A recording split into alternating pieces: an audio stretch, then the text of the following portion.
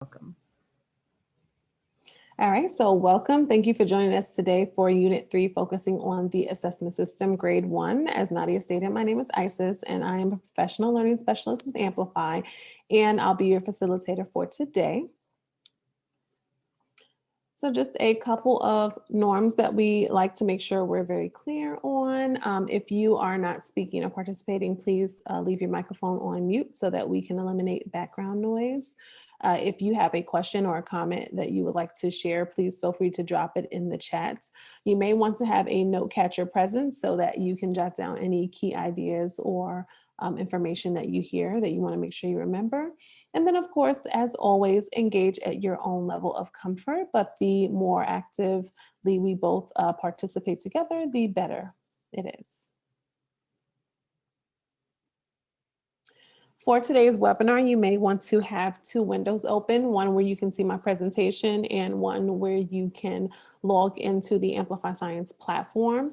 You can do a window in two different ways. You can choose to go up to the very top of your search engine and click File, New Window, and that'll automatically give you a new window. Or you may choose to simply click on the plus sign, get a new tab, and then press down on it and pull it away, which will also give you a new window. Or you may just want to have a new tab and toggle back and forth, whatever is best for your learning process. Please feel free to do that. Our goals for today's workshop are for you to be able to use the unit resources to understand learning goals, for you to apply formative assessment resources in order to analyze student responses and gauge progress towards the student's learning goals, and then finally for you to be able to implement the embedded differentiation strategies and supports that are within the Amplify Science program.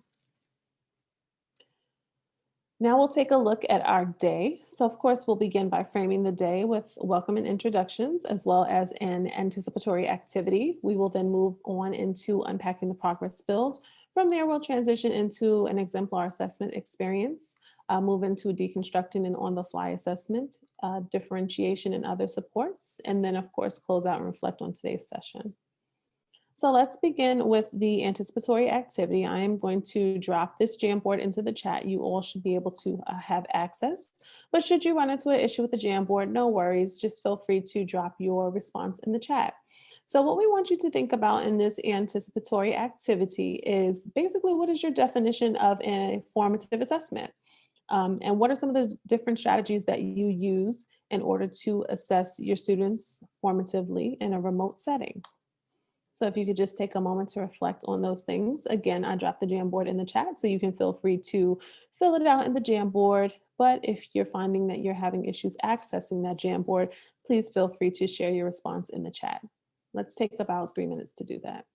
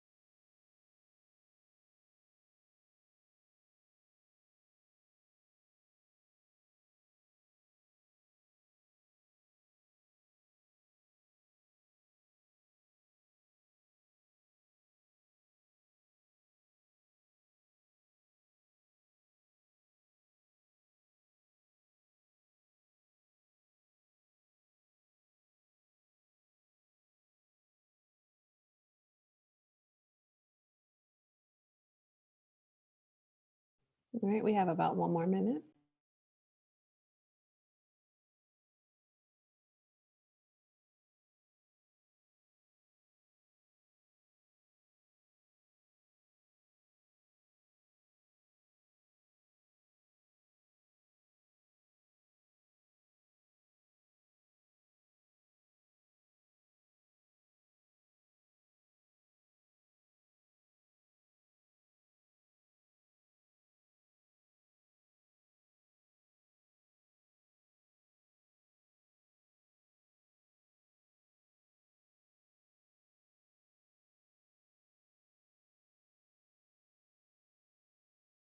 All righty, so let's go ahead and come back together. So I see quite a few folks have shared. Thank you guys for doing that. I'm just going to go ahead and read a couple of the different responses that we have out. So we have one response: assessment of students' work that is purposeful and immediately usable for instruction. Okay. A formal method of evaluating students and developing plans.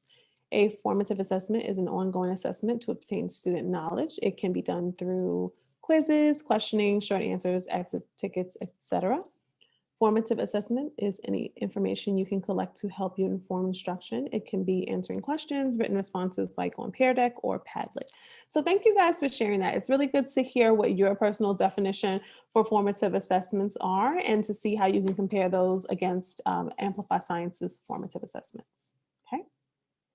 So the way Amplify defines a formative assessment is a cycle of eliciting, interpreting, and taking action on information about student learning. So pretty much aligned with most of you guys' responses, okay? So as we know, the transition to remote learning requires us to transition our instruction. So thinking about formatively assessing during remote learning leads to a different type of creativity that we must make sure we're implementing in our classroom. So there are a couple of different ways that we can do that. And one of the different ways is through third-party apps, especially in the K-5 setting. So Pear Deck, I know, is a really popular one that DOE likes to use, as well as a lot of teachers like to use Google Classroom. I know that there are quite a few things that you can do with these different third-party apps. So with Pear Deck, you can pose a question and have students draw within the slide. You can also pose a question, have students respond and draw. There's ways for students to rate their interaction with the material. So if they could do it on their own or not. Some other options are Flipgrid, where students get a chance to record themselves doing a video or responding via video to a question that was posed by the teacher. Okay, there's also Teams, Nearpod, and so many other wonderful apps that you can pair and really pair seamlessly with the Amplify Science content. Okay. So I'll stop there and see if folks have questions. If there's nothing that you can think of and you don't have a question right now, that's absolutely fine. At any point, if you have a question, feel free to drop it in the chat. Okay. So now that we've had a chance to really complete the anticipatory activity, I'm going to stop here and we can see who's in the room. So if you would not mind coming off of mute, because I realized this is a part that I didn't highlight, but we definitely want to see who's in the room. So if you could just come off of mute and briefly introduce yourself, please feel free to go ahead and do that now.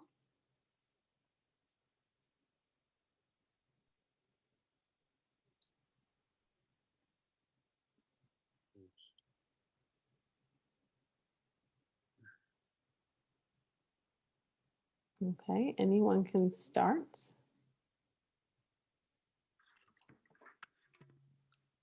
I guess I'll start. I'm Joaquin Rodriguez, and I'm currently teaching science in District 75. And I'm also a science coach, but I'm teaching now, and I'm excited and enjoying it. So thank you. Thanks for sharing, Joaquin. Would anyone else like to introduce themselves? Hi, I'm Jessica. I teach a PS 105 and I currently teach first grade. Thanks for sharing, Jessica.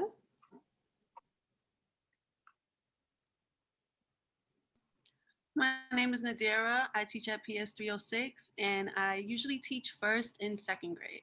Awesome. Thanks for sharing, Nadira. Hi, my name is Ibuni. I work at PS 306. I teach second grade and I am in an ICT classroom. I'm the special ed teacher. Thanks, Ibuni. My name is Brittany Simmons and I am a second grade teacher at PS 306. Thanks, Brittany. Okay, awesome. So now we're going to have a sense of who's in the room. So that is fantastic. So now we're going to move on into unpacking the progress builds. Okay, so as we know, this is the first grade unit, Spinning Earth. And in Spinning Earth, students are investigating why doesn't the sky always look the same? So basically trying to gauge their understanding of why the sky changes from night till day and what makes it change and what's the rationale behind it. Okay. So in Amplify Science, each of the different units has a progress build, and a progress build is a learning progression that increases in complexity from one level to another, okay? And so all of the information within each unit is tied to a unit-specific progress build. And these progress builds are aligned to focus meaningful and standard-based learning goals that are again within the unit, and these are executed through embedded instruction. So you'll see as you're going through and as we're looking at all the content for this particular unit, the progress build and how it increases in complexity from level 1 to level 2 to level 3. And at each level, students are taking the previous level's information with them to build on it and deepen their understanding.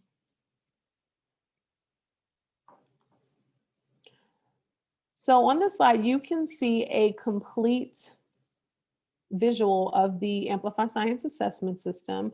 And basically, you'll see the large hummingbird icons, which represent the critical juncture assessments, which are going to come at very pertinent times within the unit in order to assess students' readiness to move from one level of the progress build to the next level.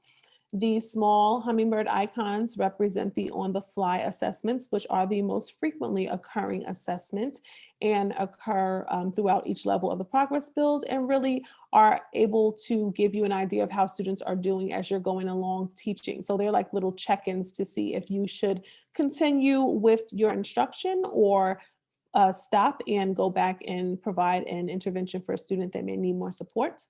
At the bottom, this first gray line represents your pre-unit assessment, which is used to really gauge students' understanding of the content before they are actually taught within the unit. So it gives you an idea of what they know before you start teaching Amplify Science. The gray bar at the very top is again the end of unit assessment. So now that you have actually taught the entire unit, students are again assessed to see how much they have grown from beginning to end. And then these smiley face icons represent the student self-assessments where they have the opportunity to evaluate their own understanding of the content within the unit. And then the investigation assessments, which is one per grade level, is represented by the star. Okay. When we're thinking about formative assessments in Amplify Science, there are quite a few things that is included within the assessments. So first, it's going to encompass a range of different modalities. So when we think about the modalities, that is represented by the do, talk, read, write, and visualize. And all of these are embedded within each of the different lessons. Many lessons include different modality within each activity. And the modalities are really good because this gives students multiple chances in order to access the content in multiple ways. And so when you're thinking about having diverse learners in your classroom, this provides you with leverage in order to be able to make sure they're accessing that content and able to gain a very clear understanding. Also, it's going to give you a window into students' thinking. So again, because you're teaching in different modalities, you're going to see certain students that you may not expect to easily pick up the information, or certain students that may normally be quiet in class. You may see that, oh, they do get it, but maybe that student's modality is the do modality where they need more hands-on, or maybe their modality is visualizing. And so you'll really get a very clear picture into the modalities that best tap into the ways that your students learn within the classroom. Also, you'll have a chance to assess the three dimensions. So all of the NGSS standards, as we know, include the 3 dimensions. So the practices, the core ideas, and the cross-cutting concepts. That's exactly what you're teaching within the Amplify Science lessons, and that's exactly what you'll be assessing within the Amplify Science assessments. And then, of course, the formative assessments are embedded within the instruction. So many times, especially in your lower grades, it doesn't even feel like an assessment because it's just a discussion. So in KN1, the assessments are oral in nature. And so you're basically listening to students having a discussion and you're jotting down your observations, or you're simply pulling students one by one and asking them questions and documenting what their responses are in order to have a very clear understanding of what they know and what they need to work on. And then again, we come back to the progress build because again, that is paired with our formative assessments and shows you where students are starting versus where they're going as they ascend up each level of the progress build. And as we think about the 3 dimensions, when you're looking in the Amplify Science program, you can see here that there is an assessment system tab under teacher references. And this is basically going to give you a very clear insight into where the assessments will be within your unit. And so once you are in the Amplify Science program, you will want to click on assessment system. You will see this drop down, and then it will tell you very clear, detailed information as to the lesson and activity that you will find the assessment, what type of assessment that is, the evaluation guidance, as well as the different dimensions that are being covered. So I'm going to stop here right now. I'm going to jump into the platform just so I can model for you guys where to find that.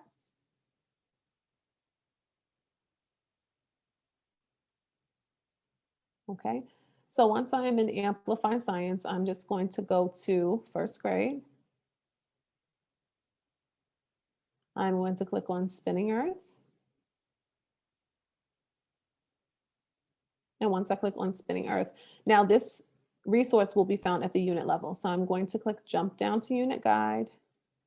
And the first set of resources is planning for the unit. We need the second set, which is teacher references. So if I go under teacher references and the 4th drop down, that is assessment system. I'm going to click on that. And as you can see here, it's explained what the assessment system is. As you continue to scroll down, you'll see the components. And this is what you're looking for, where it gives you the assessment opportunity and the standards that are covered, as well as the type of assessment and the evaluation guidance for you as a teacher that accompanies that assessment. And that is outlined for you the entire unit.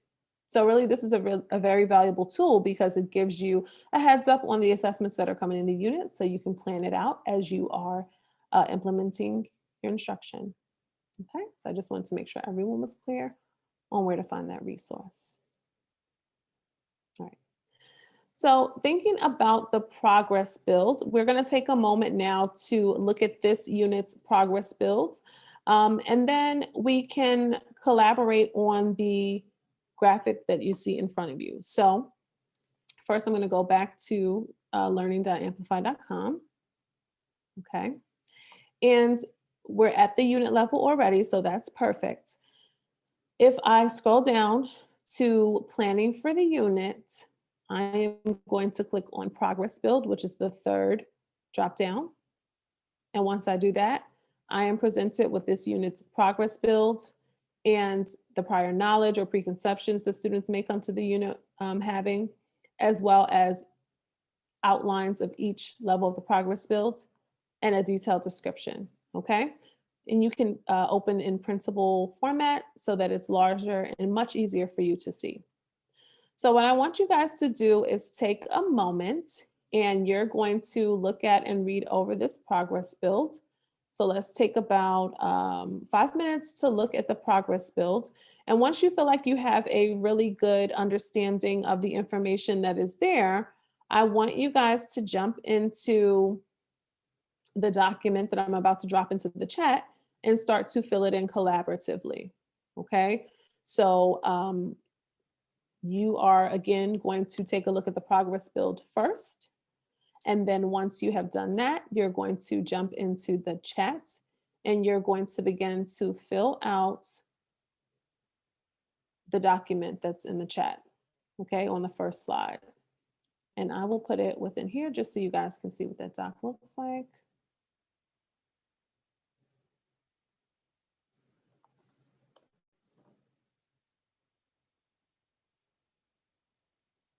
Okay, so you're filling out this doc right here that's on the first slide.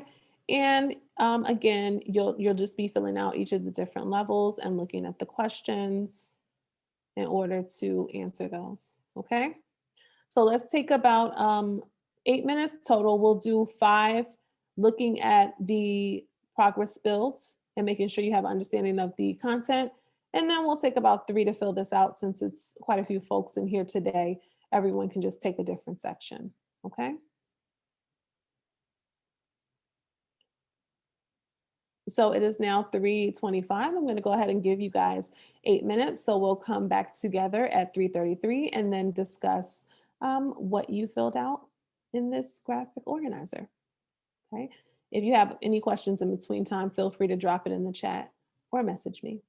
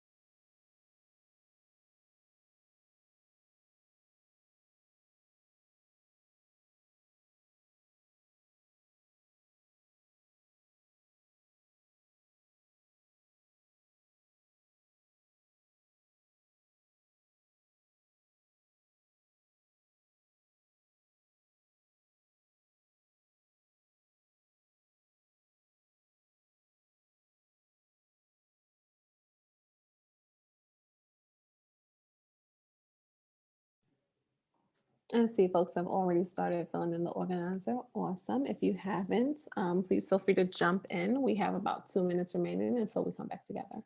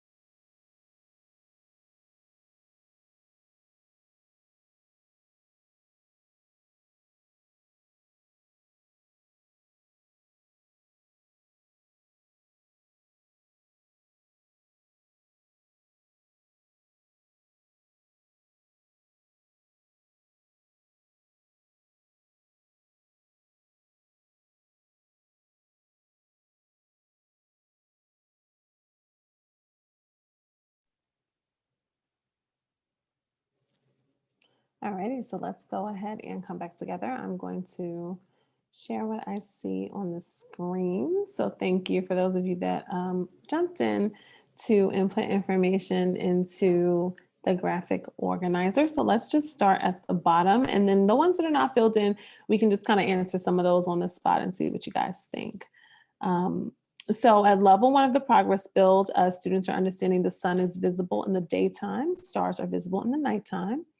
They then take that understanding with them to level 2, where they understand the earth spins slowly in place. As earth spins while the place in which we live is facing the sun, we see the sun in different places in the sky. And then at level 2, they take that understanding with them to level 3, where they're now understanding facing away from the sun changes what we see in the sky.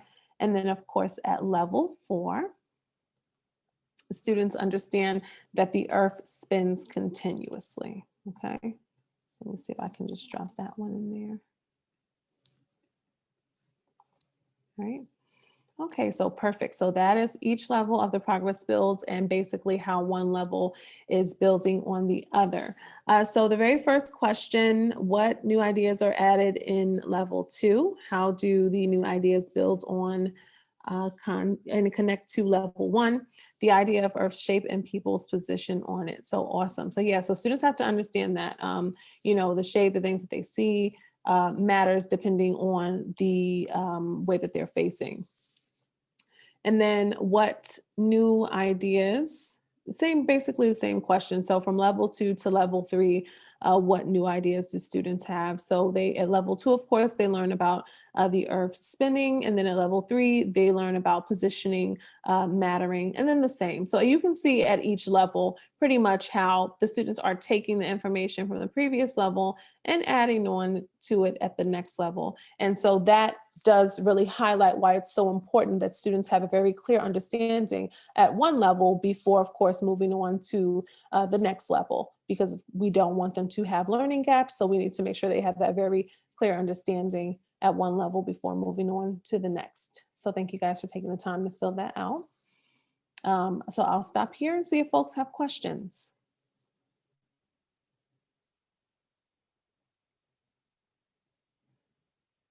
As I mentioned earlier, if at any time you do think of a question, feel free to drop it in the chat.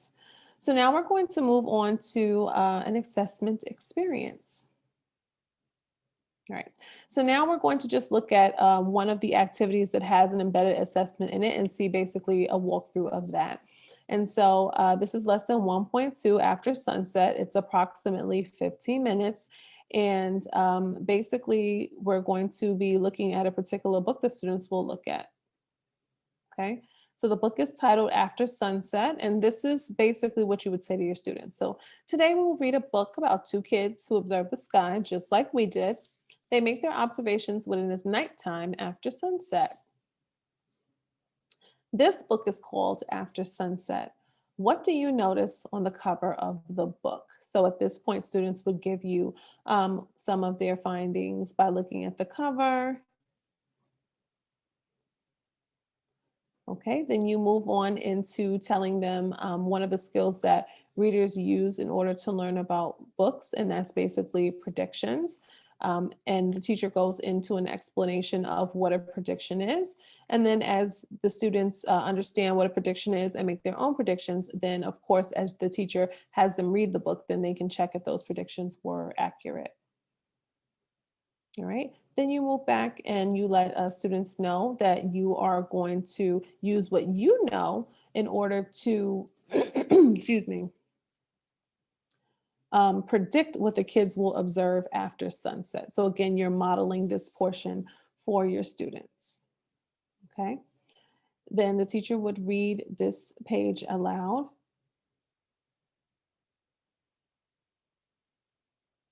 And then go on to reading the other two pages. And so after you've read these two pages, you would simply say, we just read and gathered information about what the children observed in the sky and after sunset. By reading and looking at the pictures, we learned that the children observed stars in the sky after sunset during the nighttime.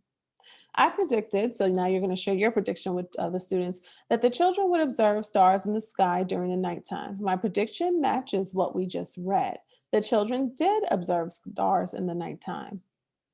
Okay, and then you would go back to reference the book in order to show students specifically where your prediction matched what actually happened in the story.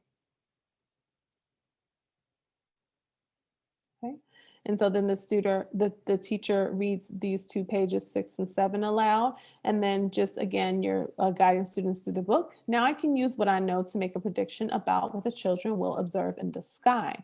On this page, which is page 7, the children are wondering whether they will observe the moon in the sky. I know that sometimes I can see the moon in the sky during the nighttime, but sometimes I cannot see it.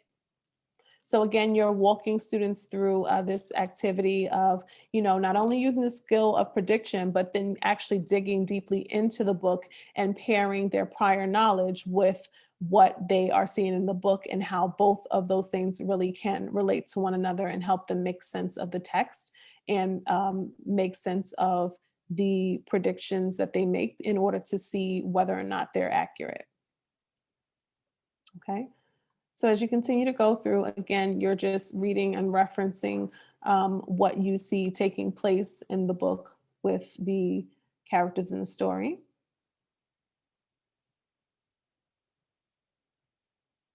And so then once you get to page 9, the children have had a chance to observe the story. They observe the things in the sky that happened during the nighttime. So you will pause here and pose this question. What else do you predict they will observe in the nighttime sky? So again, you've had a chance to take them through about halfway through the book and explain your prediction and reference the story and read it to them and some of the things that the characters are seeing and how that pairs with what your prediction was.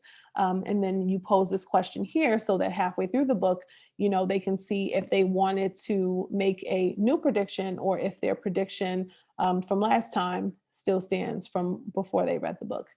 And of course, this is an embedded formative assessment opportunity. So as you're going through and the students are making predictions, what you should be looking for is their comprehension of the strategy and basically whether they're able to use their prior knowledge and pair that with the information that they have gathered so far in order to actually make that prediction.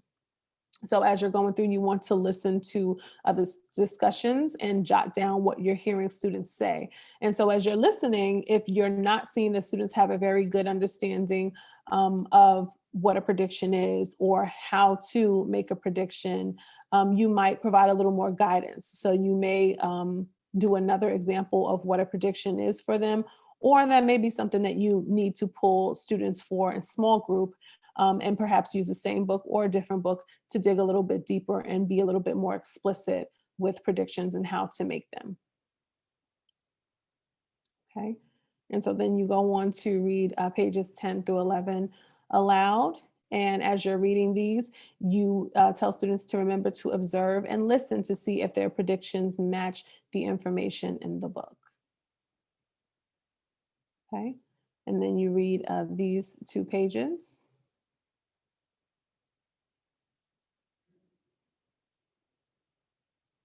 Okay, and then the following. All right, and so basically as you're going through and you're reading the After Sunset book, again, you are, because this is a formative assessment and on the fly, you're listening to see and you're looking to see basically if students are able to have a very good understanding of predictions. And at any point you can stop, and if you feel like it's necessary, you can ask additional questions, or you can model additionally for students as well as you're going through and reading. And so then you come here to page 18 where you're reading out, the space station has windows so people can look down at Earth. I said, they take pictures so we can see what the Earth looks like from space. My sister said, I wonder what they see. Hey, come over and see the sunset. Okay, so again, just going on with the story as you're progressing throughout the book. And so then you want to point out, particularly looking at a specific page within the book, which happens to be page 10. And then you have the students take a moment to reflect on whether or not their predictions about what the kids would observe matched what they read in the book. And again, this is another opportunity for you to see if they have a very clear understanding about what happens in the text and whether or not their predictions align. From there, you go on to introduce the vocabulary word predict and give it the definition, where students are using what they already know to decide what they think might happen. And again, as we're thinking about doing this in a remote setting, this is something that you can either do while you are teaching synchronously and simply hold up that word and include the definition, or you can simply add that to have a virtual word wall where you are basically giving students access to this in a platform such as a Google Classroom. And then that is the conclusion of that particular formative assessment. Okay, so basically it's going through, it's reading a book, you're having a chance to assess students' understanding of how to make predictions and whether or not they are able to complete that skill. Okay. So I'll stop here before we jump into the on the fly assessment and see if folks have any questions about the model activity.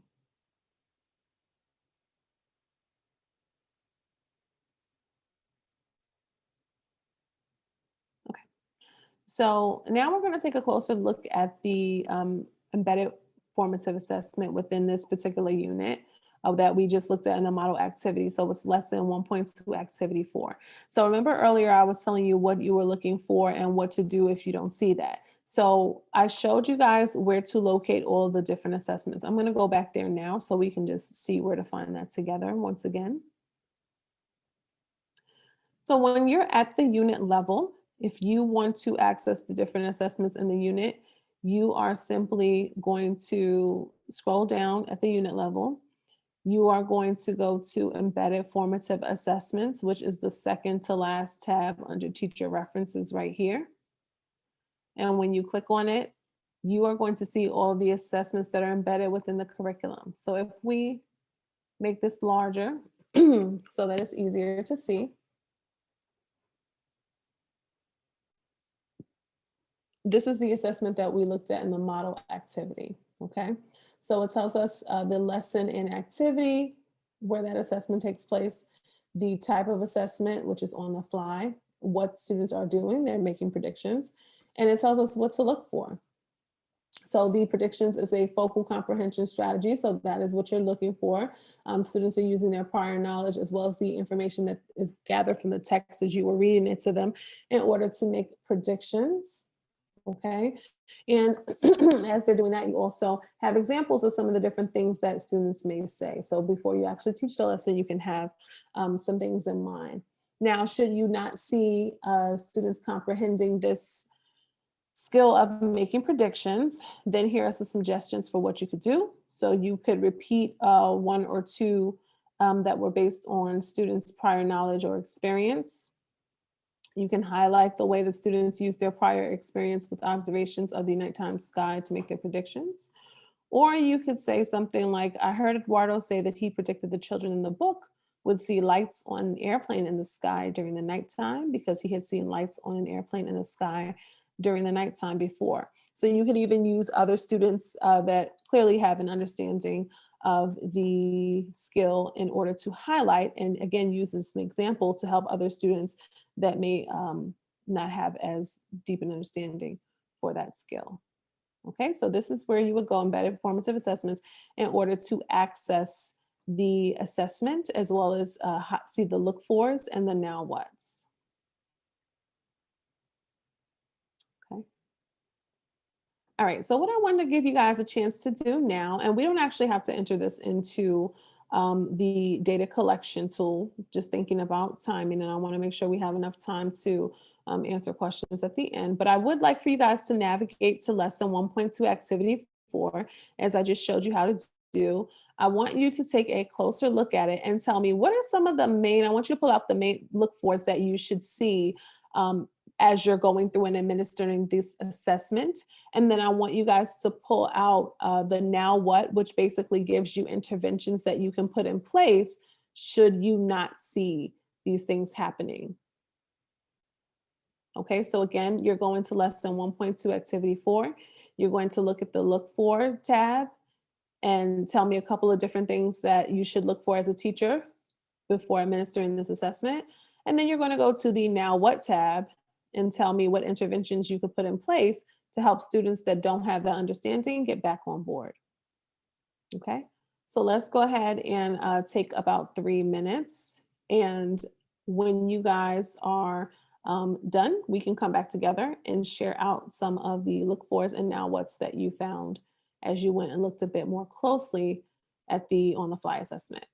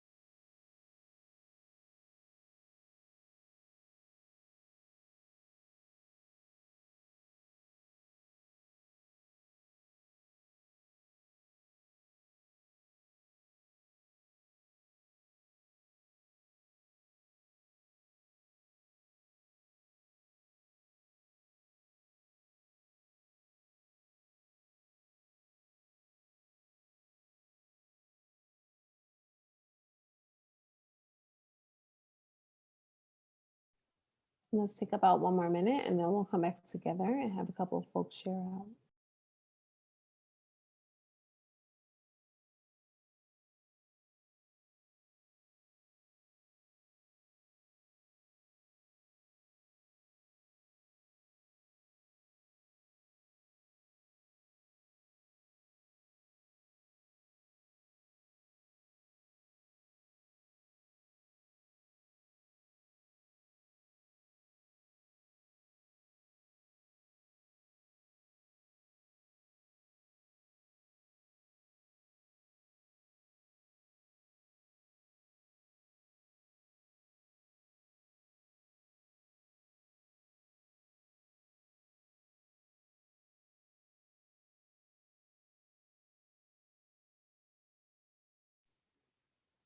Okay, so let's come back together. If a couple of people wouldn't mind just coming off of mute, what were some of the look fors within this assessment?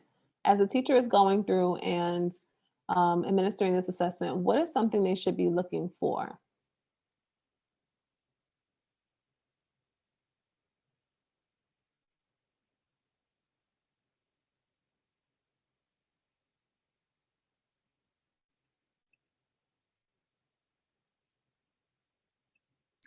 It says, as the students are making predictions, the teacher should be looking for prior knowledge that the students are using to support their predictions. Mm-hmm. Absolutely. Thank you for sharing that. So you're making sure you're thinking about the prior knowledge the students are coming to you already knowing, and that's something that you should be looking for to really assess what your students already know about this concept, and make a very clear distinction between what they were able to gain from the reading that you did.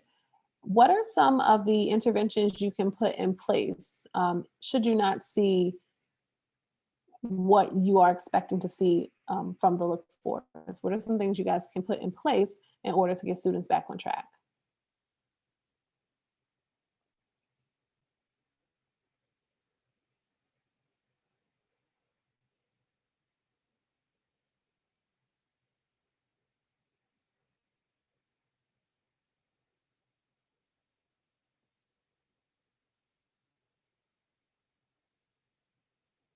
Based on the now what section, what are some of the different strategies that you can put in place?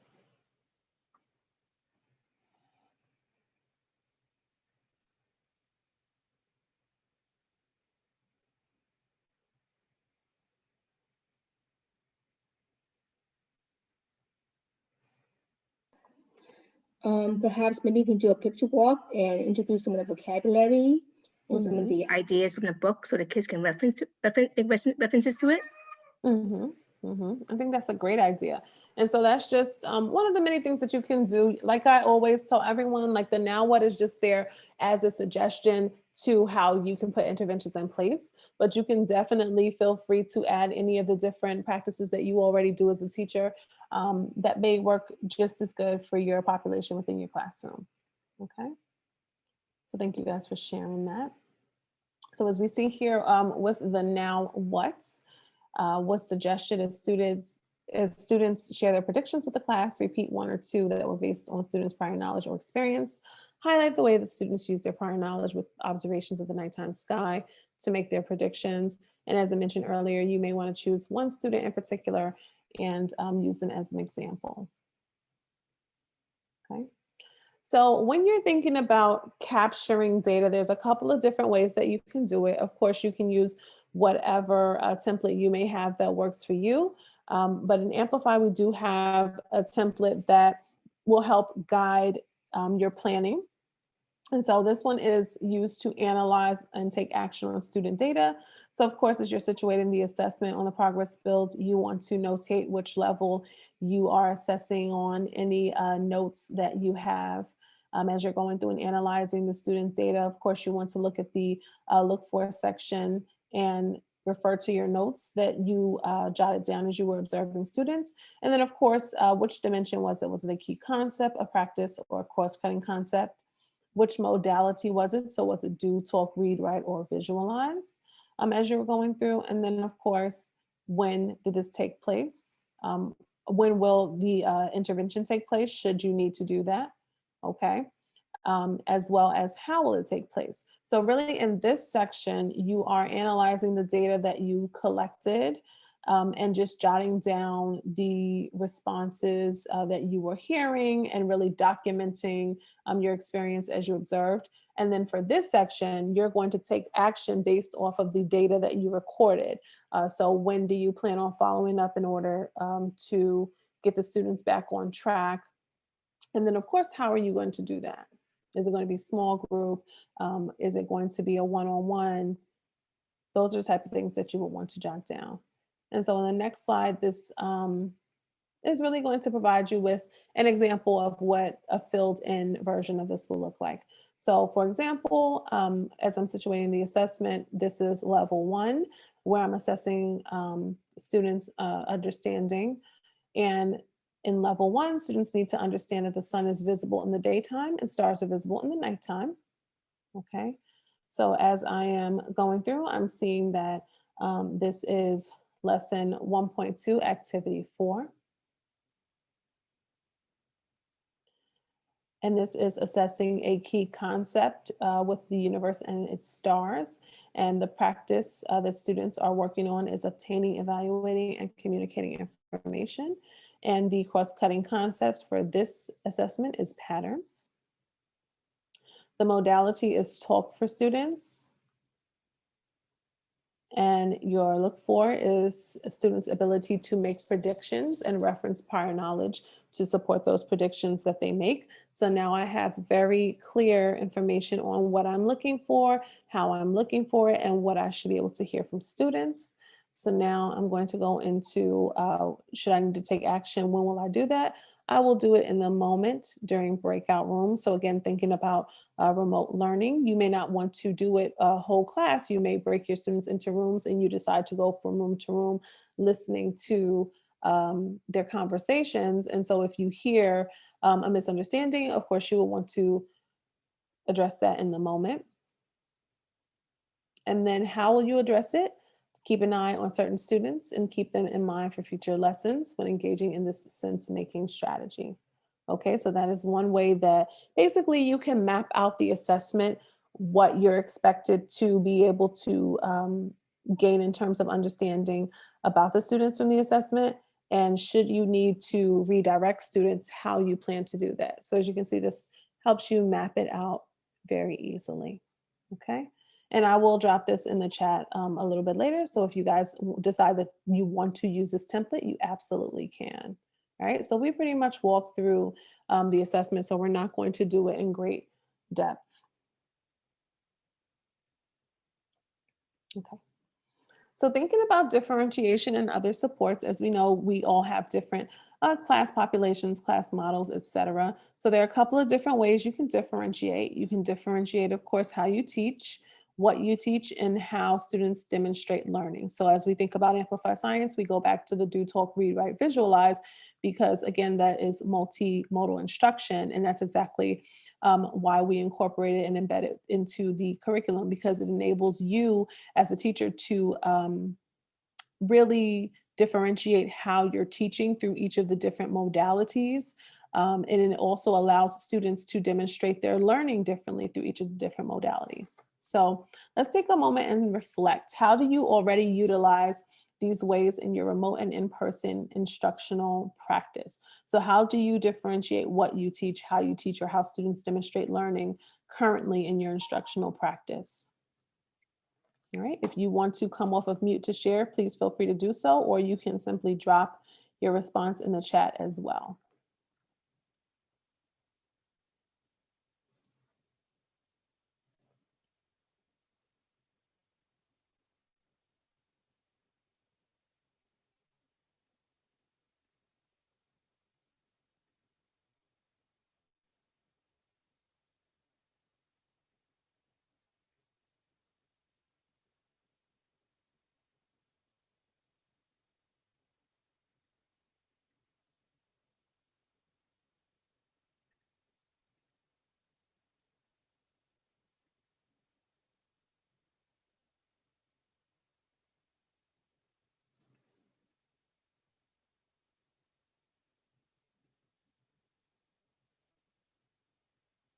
Okay, are there any things that folks do in particular in order to differentiate in the classroom?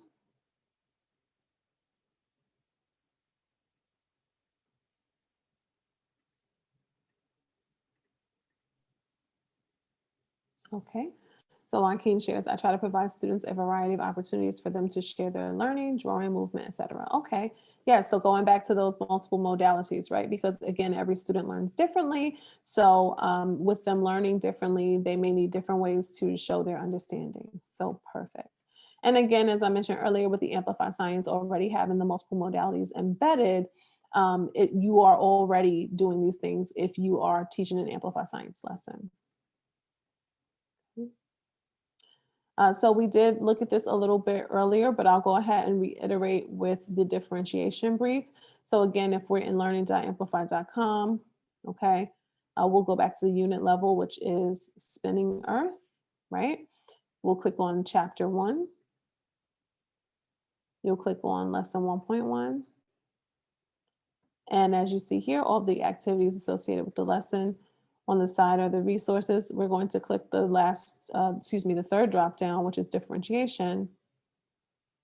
And here you will see the embedded supports for diverse learners, a blurb on what that is, and the different supports that are available, as well as potential challenges in the lesson.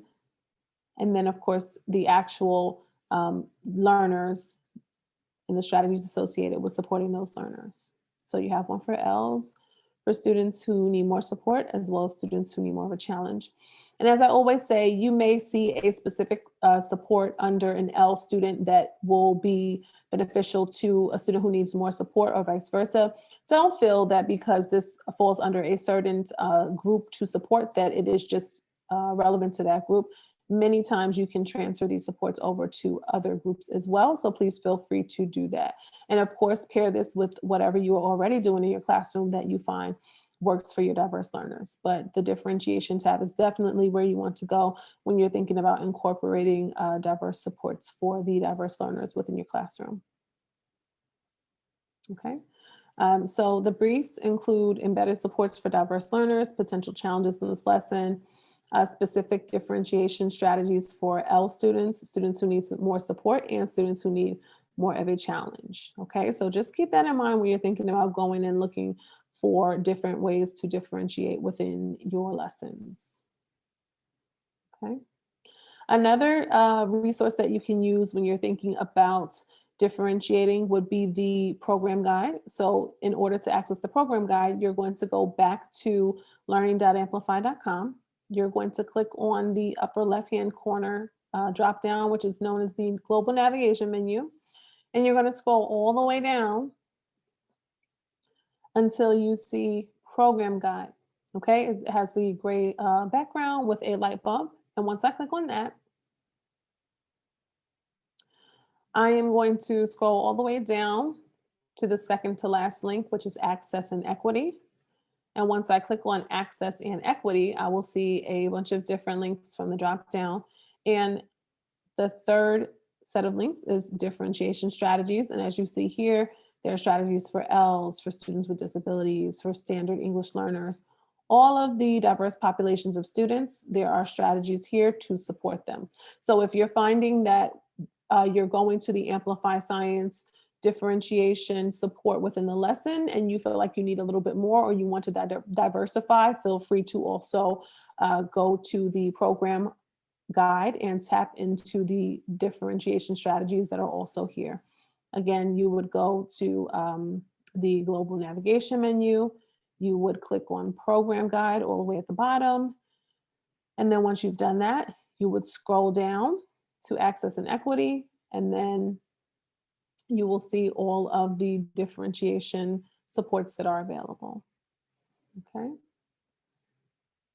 All right, so I'll see if folks have questions.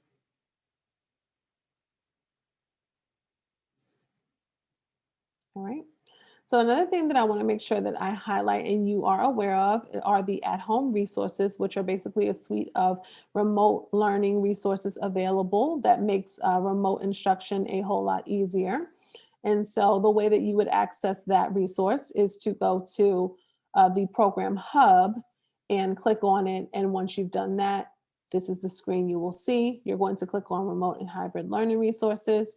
And then once you've done that, it will take you to the grade level links. And then once you've done that, it will take you to all of the resources for that grade level. Okay, so let's go ahead and do that as well. Again, I go into my Amplify Science platform. I scroll all the way to the bottom. This time I click on Program Hub. I am going to be taken to the main page. I am going to click on Remote and Hybrid Learning Resources. Once I've done that, I will be taken to the grade level units page. I'm going to click on my grade level of choice, first grade. And now I see all of my units that are available for first grade. So if I click on Spin and Earth, I can see here that these units are coming March 17th in English and April 2nd in Spanish, right? Because some of the units are not developed fully yet because that is not where you're supposed to be at this point in the curriculum. So it does give you a note to see when you can expect to see those. If I wanted to look at a unit now just to see the resources that are available, I could always click on one of the more primary units. So I'll just click on Planning Animal Defenses. And once I do that, I'll see the at-home units. You can see the teacher's guide here, the family overview, the student materials, the slides, the sheets, and the packets, as well as each lesson outline for you. So that's for the at-home unit. The at-home videos, so all of the videos that will accompany the lessons, you can see here outlined. And then the hands-on investigation videos, the compilation is also here. Okay, for students to be able to watch. And then the read aloud videos are here as well. So as you can see, these are all of the materials that are available to you via the at-home resources. Okay. All right. And within the at-home resources, there are also at-home assessment considerations that, again, you can access from the program hub that we just went through and looked at. So now we're going to close out today's session. All right, any questions, feel free to drop it in the chat. So as we look at our objectives for today, do you feel ready to use the unit's resources to understand learning goals, apply formative assessment resources to analyze student responses and gauge progress towards the learning unit goals, and implement embedded differentiation strategies and support? So that was where we had a chance to walk through the on-the-fly assessments, look at it very closely, pull out the look fors, pull out the now what's, and then really see how we would be able to use those things in order to shape your future instruction, as well as dig into the differentiation strategies, both within the Amplify Science lesson, as well as those that are available to us within the program guide. So just take a moment and rate yourself. 1, I'm not sure how to do it. 3, I have some ideas, but still have some questions. 5, I have a good plan, or anything in between. So feel free to take a moment to drop your rating in the chat.